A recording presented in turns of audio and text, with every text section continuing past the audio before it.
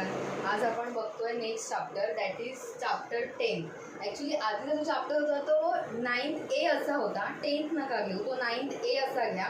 आणि हा जो आहे 172 ते 190 section, that is chapter 10, contempt of the lawful authority of a public servant. म्हणजे जर पब्लिक सर्वंट कोणती लॉफुल अथॉरिटी बजावत असतील आणि त्याच्यात जर कोणी अवमान केला, कंटेम्प्ट केलं त्याच्यामध्ये, तर त्यांना काय शिक्षा आहे किंवा काय त्याच्याविषयीचे कायदे काय आहेत, तर ते सेक्शन 172 टू सेक्शन 190 मध्ये सांगितलेले आहेत. ॲक्च्युली हे काही म्हणजे पोर्शनमध्ये IPC जरी असलं ना, तरी ॲक्च्युअल पोर्शन जो आहे त्याच्यामध्ये हा चॅप्टर येत नाही. पण हा आपल्या नॉलेजसाठी इम्पॉर्टंट आहे. हे आपल्याला म्हणजे आपण आता कोर्टाची प्रोसिजर जेव्हा करू तेव्हा हा महत्त्वाचा आहे. ह्यासाठी हा चॅप्टर मी तुम्हाला जस्ट एक्सप्लेन करते, पण एक्झामशी रिलेटेड ह्याचा काही एक संबंध नाही आहे. आपण आता स्टार्ट करूया 172 सेक्शनपासून. Section 172, that is absconding to avoid service of a summons or rather section 172, absconding to avoid service of a summons or other proceeding. म्हणजे काय, जर समन्सची बजावणी आपल्यावर होणार असेल, जे काही कोर्ट समन्स बजावतो किंवा पोलीस स्टेशन किंवा आपले महसूल कार्यालय, जिथे ते केसेस चालतात, तर ते जेव्हा आपल्याला समन्स बजावणी करणार असतात आणि हे आपल्याला माहीत असतं की आपल्यावर समन्स बजावणी होऊ शकते, मग अशा वेळी ते समन्स टाळण्यासाठी फरार होणं, ॲब्स्कॉन्डिंग होणं, तर त्याला ह्याच्यामध्ये पनिशमेंट सांगितलेली आहे. नंतर आहे 173, that is preventing service of a summons or other proceeding or preventing publication thereof. म्हणजे काय, जर समन्सची बजावणी आपल्यावर होणार आहे किंवा ह्या अशा प्रकारची कोणतीही कार्यवाही, जसं की आपण पोलीस कंप्लेंट करतो किंवा काही प्रायव्हेट कंप्लेंट्स असतात, तर त्यासाठी आपल्याला नोटिसा येतात. म्हणजे अशी समन्स किंवा त्याच्याशी रिलेटेड कोणतीही कार्यवाही जर आपल्याला होणार असेल तर ती होऊ नये यासाठी जर कोण प्रतिबंध करत असेल किंवा त्यासाठी जर कोणी प्रिव्हेंट करत असेल एखाद्याला, म्हणजे जो कोणी पब्लिक सर्वंट आहे त्याला प्रिव्हेंट करत असेल की याची कायदेशीर कारवाई होऊ नये, यासाठी जर कोणी प्रिव्हेंट करत असेल तर त्याला ह्याच्यामध्ये पनिशमेंट सांगितलेली आहे. कधी कधी असं असतं की कोर्टातले जे असतात, कोर्टातले शिपाई म्हणा किंवा बेलीफ जे असतात, तर ते समन्स घेऊन घरी जातात आणि कोर्टात अशी प्रोसिजर आहे की समन्स बजावणी नाही झाली तर ते दारावर चिकटवायचं. तुम्ही बरेच ठिकाणी बघितलं असेल की कोणाकोणाच्या दारावर चिकटवलेलं आहे. मग असं दारावर चिकटवत असेल एखादा बेलीफ किंवा कोर्टाचा कोणी कर्मचारी जर दारावर चिकटवायला गेला आणि त्याच्यापासून जर कोणी प्रिव्हेंट करत असेल किंवा त्याच्यापासून प्रतिबंध करत असेल त्याला लावू नये म्हणून, तर असे हे सेक्शन सांगतं. तर ह्या सेक्शनमध्ये त्याच्या ह्याला शिक्षा सांगितलेली आहे. त्यानंतर आहे 174, non attendance in obedience to an order from public servant. म्हणजे एखाद्या पब्लिक सर्वंटने जर ऑर्डर केली आहे तुम्हाला आणि जर तुम्ही गैरहजर राहिला तर त्याला ह्याच्यामध्ये शिक्षा सांगितलेली आहे. मग आता कोण, तर एखादा लोकसेवक, म्हणजे काही प्रत्यक्ष लोकसेवकच जाईल असं नाही, तो एखाद्या त्याच्या हाताखालच्या कर्मचाऱ्याला सांगेल किंवा काही टेम्पररी किंवा असे कोणी तिथे नेमलेले असतील त्या पब्लिक सर्वंटच्या ऑफिसमध्ये, तर जो कोणी जाईल समन्स बजवायला आणि बजावलेलं असतं ते समन्स बजावून येऊन सुद्धा जर कोण हजर झालं नाही तर त्याला ह्याच्यामध्ये शिक्षा सांगितलेली आहे. म्हणून आपण काय करतो, समन्स बजावल्यानंतर वॉरंट काढतात. तर कोर्टाचं स्पेसिफिकली घेतलं तर त्यात वॉरंट निघतं. आणि सेक्शन जो आपण बघितला 72-73, त्याच्यामध्ये पण असं आहे की आपण जर ओरली समन्स बजावणी केली किंवा डॉक्युमेंटरी समन्स बजावणी करणं आणि दुसरं म्हणजे ईमेल थ्रू पण समन्स बजावणे. मग जर आपण नुसतेच डॉक्युमेंटरी जो आपली समन्स घेऊन जो जातो बेलीफ आणि बजावणी करतो तर त्याला 6 महिन्यापर्यंत शिक्षा आहे. पण जर ईमेल किंवा आपला जो मेल, म्हणजे कोणत्याही इलेक्ट्रॉनिक मीडियामधनं जर तुमची समन्स बजावणी करण्याचं हे असेल तर त्याला 6 महिन्यापर्यंतची शिक्षा आहे आणि नुसती बजावणी होते त्याला 1 महिन्यापर्यंत शिक्षा आहे. म्हणजे 2000 जास्त कमीच असतं. आता मेल कसा तुम्ही वाचलाय नाही वाचलाय हे कोर्ट ग्राह्य धरत नाही. तुम्हाला एकदा मेल सेंड केला ना समन्सचा, म्हणजे हेच धरलं जातं की तुम्हाला तो मेल मिळालाय किंवा तुम्ही ते बघणं भाग आहे. त्यामुळे तिथे गेलं, तो ॲक्च्युली तिथे हजर होता, घरात होता नव्हता हे काही कोण विचारत घेत नाही कोर्ट. तर त्यामुळे ते विचारत घेतं, पण मेलचं कसं आहे, तुम्ही बघितलाय नाही बघितलाय हे कोण कोर्ट विचारत घेत नाही. तर त्यामुळे 374 जो आहे आत्ता आपण बघितला की एकदा पब्लिक सर्वंटनी ऑर्डर केली आणि जर तुम्ही गैरहजर राहिला तर त्याच्या पुढची स्टेप जी आहे तर ती तुमच्यावर घेतली जाते. त्यानंतर आहे 174A. 174A मध्ये काय आहे, non appearance in response to proclamation under section 82 of act 2 of 1947. म्हणजे काय तर आपले CRPC CPC किंवा ह्याचे जे कायदे आहेत त्याच्या अंडर जे काही त्याच्या अंडर समनची बजावणीची जी प्रोसिजर आहे ती ज्या अंडर आहे आणि त्याला जर तुम्ही अनुपस्थितीत राहिलात म्हणजे त्याला जर तुम्ही गैरहजर राहिलात म्हणजे तुमच्यावर जी बजावणी होते ती कोर्टाची किंवा यातले सुद्धा जे काही रूल सांगितलेले आहेत त्याच्या अंडर सुद्धा जी बजावणी होईल किंवा बजावणी होण्याचा जो स्पेसिफिक सेक्शन आहे की जो CRPC मध्ये सांगितले त्याच्या अंडर जर बजावणी झाली आणि तुम्ही जर गैरहजर राहिला तर त्याच्यामध्ये सुद्धा ह्याला शिक्षा सांगितलेली आहे. त्यानंतर 175 आहे omission to produce document or electronic record to public servant by person legally bound to produce it. म्हणजे ह्यात काय सांगितलंय तर म्हणजे काय तर एखाद्या पब्लिक सर्वंटला म्हणजे omission to produce document or electronic record to public servant by person legally bound to produce it. आता एखाद्या लोकसेवकाने म्हणजे पब्लिक सर्वंटने जर ती जबाबदारी एखाद्या दुसऱ्या व्यक्तीला दिली की हे जाऊन तिथे ती गोष्ट दे आणि ती जर गोष्ट त्याने तिथपर्यंत पोहोचवली नाही तर अशाला सुद्धा पनिशमेंट आहे. आता एक्झाम्पल तुम्हाला सांगते, आता हे तुम्हाला कदाचित तुम्ही ह्या सगळ्या प्रोसिजरमध्ये नाही आहात त्यामुळे तुम्हाला सेक्शन वाचून कदाचित कळणार नाही म्हणून मी एक्झाम्पल्स सांगते ह्याच्यामध्ये. तर हे सगळं कोर्ट पोलीस स्टेशन ह्याच्याशी सगळं रिलेटेड आहे आणि आपण काय ते डेली ह्याच्यात करत नाही. जे कोणी ह्याच्यात वर्किंग आहेत त्यांना हे नक्कीच कळेल. तर ह्यात काय सांगितलंय, जर समजा आता कोर्टामध्ये असं असतं की जेव्हा पोलिसांच्या थ्रू बजावण्या होतात तर तेव्हा जो लोकसेवक, आता पब्लिक सर्वंट इथे कोण येणार की कोर्टाचा जो कोणी क्लर्क आहे, क्लेरिकल आहे किंवा जो कोणी AS असतील तर जे कोणी असतात ते काय करतात, ते लखोटे तयार करतात पोलीस स्टेशनला देण्यासाठी. आता पोलीस स्टेशनला कोण देणार, तर पोलिसांचा एखादा कर्मचारी आला असेल म्हणजे कोइन्सिडेंटली सेम पोलीस स्टेशनचा एखादा कर्मचारी जर पोलीस स्टेशनला कोर्टात आला असेल तर ते जे कोणी आहेत कोर्टाचे अधिकारी ते काय सांगणार की जरा हा तुमच्या पोलीस स्टेशनला लखोटा द्या. त्याची आपण लेखी नोंद ठेवतो पण आपण खरं तर त्या व्यक्तीचं काम आहे का, तर ते काम त्या व्यक्तीचं नसतं पण तो अनायसे तिथे आलेला असतो पोलीस स्टेशनचा कर्मचारी. म्हणून कोर्टाचे जे कर्मचारी आहेत तर ते कोणाला सांगतात, त्याला सांगतात की ह्या नाही, मग तो त्यांनी जर पोचवला नाही किंवा त्याच्यात काही कसूर केली पोचवण्यामध्ये तर त्याला ह्याच्यामध्ये पनिशमेंट सांगितलेली आहे. आता 176 omission to give notice or information to public servant by person legally bound to give it. Same ह्याच्यामध्ये काय होतं तर त्यांनी काय सांगितलेलं तर एखादा डॉक्युमेंट किंवा इलेक्ट्रॉनिक रेकॉर्ड सांगितलेला की जो देणं बाउंडेड असेल जो पर्सन त्याने दिला नाही तर ह्याच्यात काय सांगितलं, एखादी नोटीस किंवा इन्फॉर्मेशन जसं की कोर्ट काही नगरपालिका असतील ग्रामपंचायती त्यांच्याकडे काही रिपोर्ट मागवतात आणि ते जर एखाद्या पर्सन जो कोणी आणत असेल आणि तर तो पब्लिक सर्वंटपर्यंत नाही पोहोचवला म्हणजे कोर्टापर्यंत नाही पोहोचवलं किंवा कोर्टाचं म्युन्सिपाल्टीत द्यायचं ग्रामपंचायतीत द्यायचं आणि तिथपर्यंत एखाद्याने नाही पोहोचवलं तर त्याला शिक्षेस तो पात्र आहे. तसंच सेक्शन आहे 177 फर्निशिंग फॉल्स इन्फॉर्मेशन. ह्याला तर आपल्याला माहिती आहे की जो कोणी खोटी माहिती देईल, खोटी माहिती पुरवेल तर त्याला ह्याच्यामध्ये पनिशमेंट सांगितलेली आहे. म्हणजे जसं की आपण खोटी माहिती पुरवणं ह्यात एक्झाम्पल म्हणजे काय तुम्हाला सांगते एखादं की जेव्हा एखादं समजा आता आपली रेग्युलर पण आपल्या मर्डरचं एक्झाम्पल घेऊया तर मर्डर झाला एका ठिकाणी मग पंच म्हणून जातात. आता अशा ज्या मेन केसेस आहेत तिथे हल्ली पंच कोण असतात तर पब्लिक सर्वंटना पंच म्हणून घेतात. तिथल्या सामान्य लोकांना न घेता पब्लिक सर्वंटला पंच, जर जागेचा पंचनामा करायला तिकडे जर एखादा पंच गेला आणि तिथल्या लोकल ह्याला विचारलं की कसा झाला एखाद्याचा मृत्यू तर त्याने काय सांगितलं की त्याचा साप चावल्यामुळे मृत्यू झाला. ॲक्च्युली झालेला कसा मर्डर झालेला आहे त्याचा, म्हणजे तपासांती काय कळतं की त्याचा मर्डर झालेला असतो पण तिथे जेव्हा पोलीस जातात पंच पोलीस तेव्हा त्यांना काय सांगतात तर साप चावल्यामुळे मृत्यू झाला. मग अशा प्रकारची खोटी माहिती देणारा जो आहे तर त्याला तो शिक्षेस पात्र आहे.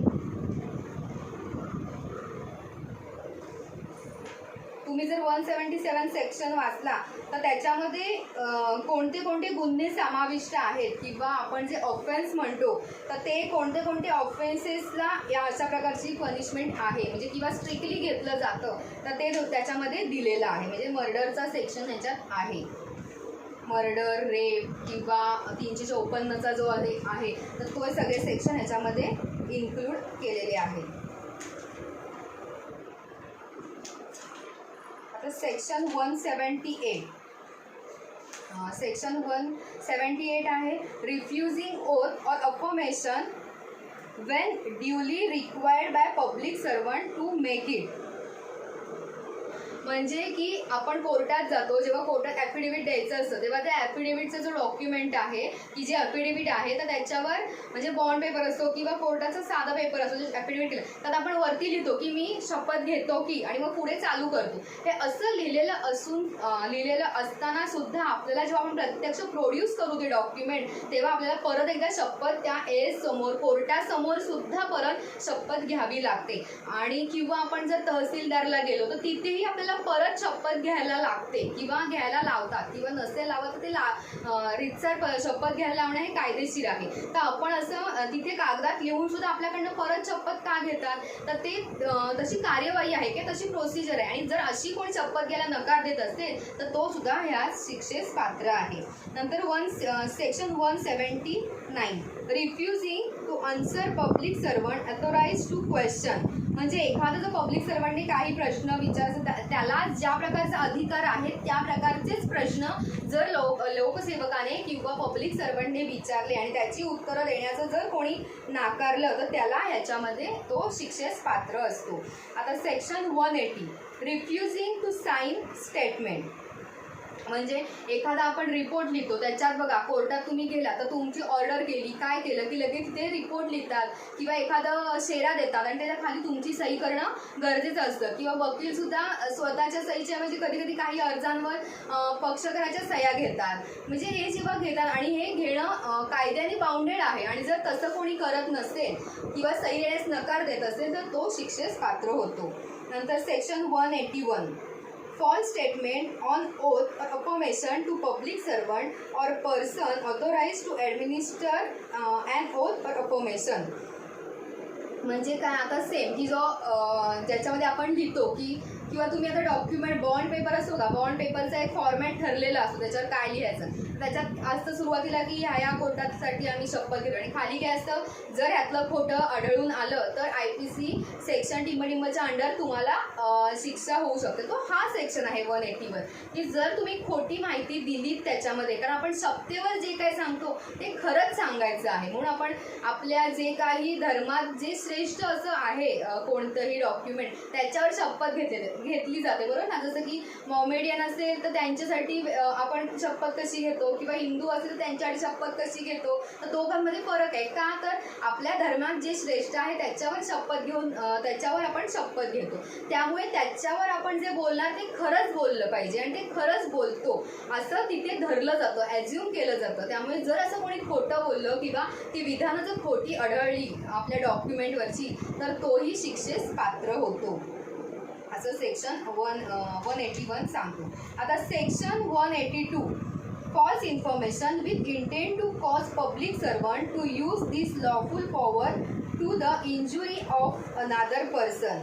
म्हणजे जर एखादा पब्लिक सर्वंट आहे आणि त्याला जर कोणी खोटी माहिती देण्याच्या उद्देशाने जर आपल्या कायदेशीर अधिकाराचा वापर दुसऱ्या व्यक्तीला नुकसानकारक ठरत असेल म्हणजे आपल्याला एखादा अधिकार आहे लोकसेवकाशी म्हणजे आपल्याला एखादा अधिकार आहे त्याचा आपण गैरवापर करून लोकसेवकाला खोटी माहिती देत असेल आणि त्याच्यामुळे जर तिसऱ्या व्यक्तीला नुकसान होणार असेल तर असा व्यक्ती जो आहे मधला तर त्याला ह्याच्यात शिक्षेस तो पात्र होऊ शकतो. तर ह्याचं एक्झाम्पल असं आहे बघा, false information with intent to cause public servant to use his lawful power to the injury of another person. Injury म्हणजे आता इंग्लिशची परत डेफिनेशन सांगायला नको, की जी मानसिक शारीरिक कोणत्याही प्रकारची असेल अशी सगळी इंजुरी ह्याच्यामध्ये येते. म्हणजे काय तर आपल्याला जर समजा पंचायत आणि किंवा पोलीस आपल्याकडे जर साक्ष घ्यायला आले आणि विचारलं की कोणी गुन्हा केलाय, कोणी गुन्हा केलाय, तुम्ही बघितलंय का, आणि आपण बघून सुद्धा जर एखाद्याला नाही सांगितलं, पोलिसाला नाही सांगितलं, तर पोलीस अख्ख्या गावाची की जे निर्दोष आहेत त्यांची पण साक्ष घेणार, त्यांना पण कोर्टात पोलीस स्टेशन सारखं चक्र आणणार. ह्यात काय होतं, ज्याला माहिती आहे त्याने जर खरं सांगितलं तर बाकीच्यांचा त्रास वाचणार आहे ना. म्हणजे आता काय होतं, मी खोटी माहिती दिल्यामुळे बाकीच्यांना सगळ्यांना त्रास होतो किंवा नुकसान पोहोचतं. तर असा जो मधला पर्सन आहे की ज्यांनी सांगितलेलं नसतं किंवा खोटी माहिती दिलेली असते, तर त्याला या शिक्षेस पात्र आहे. आता section 183, resistance to the taking of property by the lawful authority of a public servant. म्हणजे आपण जेव्हा जप्तीचं वॉरंट वगैरे काढतात, बँक काढते किंवा कोर्टात देखील निघतं ना, वॉरंट निघतं, रिकव्हरी वॉरंट निघतात कोर्टात. असं मग हा अधिकार कोणाला असतो, स्वतः काही जज येऊन काढत नाहीत ना तुमची प्रॉपर्टी तुमच्या ताब्यात ना. मग ते कोण करतं, कोर्ट कर्मचारी करतात, बँक अधिकारी करतात, की ते लिगली बाउंडेड आहेत ही गोष्ट करण्यासाठी. तर म्हणून ते लोक आपली प्रॉपर्टी जप्त करतात किंवा रिकव्हरी करत असतात. म्हणजे आपली जी मालमत्ता आहे ती कायदेशीररित्या ते ताब्यात घेत असतात. मग अशी ताब्यात घेण्यात जर कोण प्रतिकार करत असेल, रेजिस्ट करत असेल एखाद्या पब्लिक सर्वंटला, तर तो व्यक्ती या गुन्ह्याखाली शिक्षेस पात्र होतो. आता section 184, obstructing sale of a property offer for sale by authority of a public servant. म्हणजे पब्लिक सर्वंटला असलेल्या अधिकाराप्रमाणे विक्रीस काढलेली जी काही मालमत्ता आहे त्याच्या विक्रीस हरकत घेणं. आता इथे जप्त केलेली मालमत्ता ही त्यांच्या ताब्यात जाते, ती त्यांच्या मालकीची होते.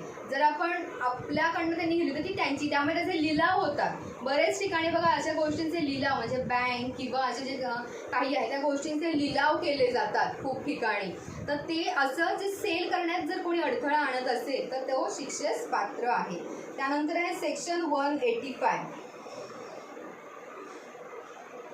Illegal purchase or bid for property offer for sale by authority of a public servant. म्हणजे पब्लिक सर्वंटला काही अधिकार असतात ती मालमत्ता विकण्याचे, जसं मी आत्ताच्या सेक्शनला सांगितलं, आणि ती कोणी विकत घेत असेल त्याने विक्रीस काढली, आणि जर कोणी बेकायदेशीरप्रमाणे घेत असतील, म्हणजे कसं असतं की जेव्हा लिलाव करतात तेव्हा सुद्धा तुमचे काही डॉक्युमेंट बघितले जातात. म्हणजे की तुमचा ID प्रूफ वगैरे बघितलं की तुम्ही तीच व्यक्ती आहात का, तुम्ही लायबल आहात का. नाहीतर आपण लिलावाचा माल काढायचा आणि तिसरा परत चेक दिला आणि तो बाउन्स व्हायचा, किंवा असं काहीतरी व्हायचं की त्याच्यासाठी ज्याला आपण विकला, ज्याची बोली ठरली आणि त्यासाठीच पैसे नसायचे, किंवा तो फसून काहीतरी पळून जायचा. म्हणजे असं जर कोणी बेकायदेशीरपणे करत असेल तर त्याला ह्याच्यामध्ये शिक्षेस तो व्यक्ती, म्हणजे जी काही मालमत्ता विक्री करत असू आपण, तर ती बेकायदेशीरपणे त्याची बोली लावायची किंवा ती मालमत्ता विकत घ्यायची बेकायदेशीरपणे, तर त्याला ह्याच्यामध्ये तो शिक्षेस पात्र होतो. आता section 186, obstructing public servant in discharge of a public function. म्हणजे लोकसेवक म्हणजे कोण पब्लिक सर्वंट जे काही सार्वजनिक कार्य करत असतील आणि ते करत असताना त्यांना अटकाव करणं किंवा त्यांना प्रतिबंध करणं, तर तो सुद्धा ह्या शिक्षेस पात्र होत असतो. जसं की आपले काही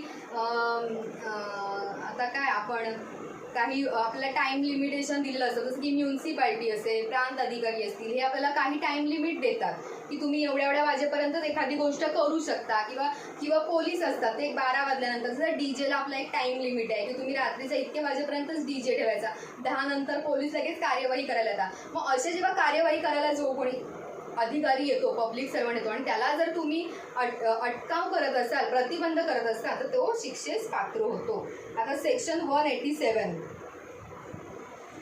omission to assist public servant when bound by law to give assistance. म्हणजे पब्लिक सर्वंटला जर कोणी मदत करत नसेल किंवा मदत करण्यापासून त्याला दूर करत असेल, किंवा आपण त्याला मदत कायद्याने देणं बंधनकारक असताना सुद्धा आपण जर मदत करत नसू, तर तोही व्यक्ती त्याच्यामध्ये शिक्षेस पात्र. जसं की आपण पोलीस जेव्हा आपल्याकडे साक्ष घ्यायला येतात तर आपण काय सांगतो, आम्हाला माहीत नाही, आम्हाला माहीत नाही. अरे जर तुम्ही शेजारी राहते तर तुम्हाला माहीत पाहिजे ना एखादी गोष्ट, इथे घडलेला गुन्हा, पण आपण काय सांगतो, आम्हाला माहीत नाही, आम्हाला माहीत नाही. पोलीस म्हणतात चल पोलीस स्टेशनला, बघतो तुला. मग त्यांना कोणता अधिकार आहे, तर हा असा अधिकार आहे. IPCने त्यांना, पोलिसांना हे अधिकार दिलेले आहेत की जर एखादा तुम्हाला मदत करत नसेल तर त्याला सुद्धा तुम्ही गुन्ह्यास पात्र होऊ शकतो. जो कोणी पोलिसांना किंवा इतर कोणत्याही पब्लिक सर्वंटला मदत करू शकणार नाही तर त्यांना सुद्धा पोलीस स्टेशनला त्यांना सुद्धा शिक्षेस पात्र होतात ते IPCच्या अंडर. हा 187. आता नेक्स्ट सेक्शन आहे तो 188. Disobedience to order duly promulgated by public servant. म्हणजे काय, जर लोकसेवकाने जर रितसर आपल्याला कोणतीही ऑर्डर केली तर ती पाळणं आपल्याला गरजेचं आहे. जसं की आपण आत्ता जे मी एक्झाम्पल दिलं तसं, जर आपण मदत करत नाही मग आपल्याला पोलीस काय म्हणतात, तू पण पोलीस स्टेशनला चल. मग आपण लगेच पोलिसांना म्हणतो माझा काय संबंध, मी काय येणार, मी काय गुन्हा केलाय, पण तू मदत करत नाहीयेस. मग पोलीस काय करतात, त्याला रितसर ऑर्डर देतात. मग ही अशी ऑर्डर न स्वीकारणं किंवा ऑर्डर स्वीकारून पण पोलीस स्टेशनला न जाणं तर हा सुद्धा एक प्रकारचा गुन्हाच आहे. पुढे section 189. Threat of injury to public servant. जर पब्लिक सर्वंट एखाद्या कोणता गुन्हा झाला आहे किंवा एखादी गोष्ट जर ते ऑर्डर फॉलो करत असतील त्यांच्या अधिकाऱ्यांची आणि त्यात जर त्यांना कोणी काही नुकसान पोहोचवलं तर त्याच्यामध्ये त्या माणसाला ह्याच्यात पनिशमेंट सांगितलेली आहे. म्हणजे तो सुद्धा शिक्षे त्याच्यात 180च्या अंडर लायबल असतो. Threats of injury to public servant. तर सेक्शन 189 लक्षात आलं आहे की threats of injury to public servant, that is public सर्वंटला जर एखादा गोष्ट फॉलो करताना जर कोणी नुकसान पोहोचवत असेल तर तो शिक्षेस पात्र होतो. तर लास्ट सेक्शन आहे threat of injury to induce person to refrain from applying protection to public servant. म्हणजे लोकसेवक म्हणजे पब्लिक सर्वंट आहेत त्यांच्याकडे संरक्षणासाठी जर अर्ज केल्यापासून एखाद्या व्यक्तीला परावृत्त करण्याकरता नुकसान पोहोचवण्याचा भाग असं मराठीत सेक्शन सांगतो. म्हणजे काय, तर जे कोणी पब्लिक सर्वंट आहेत त्या आपल्याला जर एखादं काही सिक्युरिटी पाहिजे असेल तर आपण काय करतो, म्हणजे एखाद्या व्यक्तीपासून आपल्याला त्रास होतोय म्हणून आपण एखाद्या पब्लिक सर्वंटने कंप्लेंट केली आणि त्यासाठी जर अर्ज केला आणि तो अर्ज करू नये म्हणून आपल्याला जर कोणी त्रास देत असेल तर त्याला ह्याच्यामध्ये शिक्षेस तो पात्र ठरतो. असे 190 सेक्शन आहे. थोडक्यात काय आहे की समन्सची बजावणी होते किंवा पब्लिक सर्वंट जे काही त्यांना लिगली बाउंडेड असे जे कोणते ऑर्डर्स आहेत किंवा राईट्स आहेत तर ते करताना जर कोणी त्यांना त्रास देईल म्हणजे समन्सची बजावणी करून सुद्धा न येणं किंवा बजावणी करायलाच कोणीतरी त्रास देत असेल किंवा एखादा लोकसेवक, आता जसं की आपल्याकडे गर्दी असते, मग आत्ताच आपण बघितलं की करोनाच्या ह्याच्यावर आपले जे काही सगळी मार्केट वगैरे बंद होती आणि मग जसं की काही दारूची दुकानं जी होती, बार होते ते ओपन झाले होते, म्हणजे दारूची विक्री चालू झाली. मग खूप गर्दी केल्यामुळे परत पोलीस आले, काही तहसीलदार आले. जसं की आता खेडची परिस्थिती बघितली तर प्रांत तहसीलदार स्वतः मार्केटमध्ये जाऊन त्यांना दुकानं बंद करायला लावली, कारण इतकी रश झाली की दुकानं बंद करायला लावली. मग असं जेव्हा कोणी कार्य करत असेल म्हणजे एखादा पब्लिक सर्वंट आहेत ना ते, आणि पब्लिक सर्वंट जर असं कोणतंही काम करत आहे आणि त्याला जर एखाद्याने अडवलं की नाही आम्हाला घ्यायचीच आहे दारू त्यामुळे तुम्ही नाही असं करू शकत, असं जर कोणी केलं तर त्याला ह्याच्यामध्ये पनिशमेंट सांगितलेली आहे. म्हणजे त्यांना परावृत्त करतात त्यांचं काम करण्यापासून. तर अशा ह्याच्यामध्ये त्या व्यक्तीला पनिशमेंट सांगितलेले असे हे सेक्शन 172 to 190 असे हे सेक्शन आहे. सो आपण हा चॅप्टर इथे क्लोज करतो.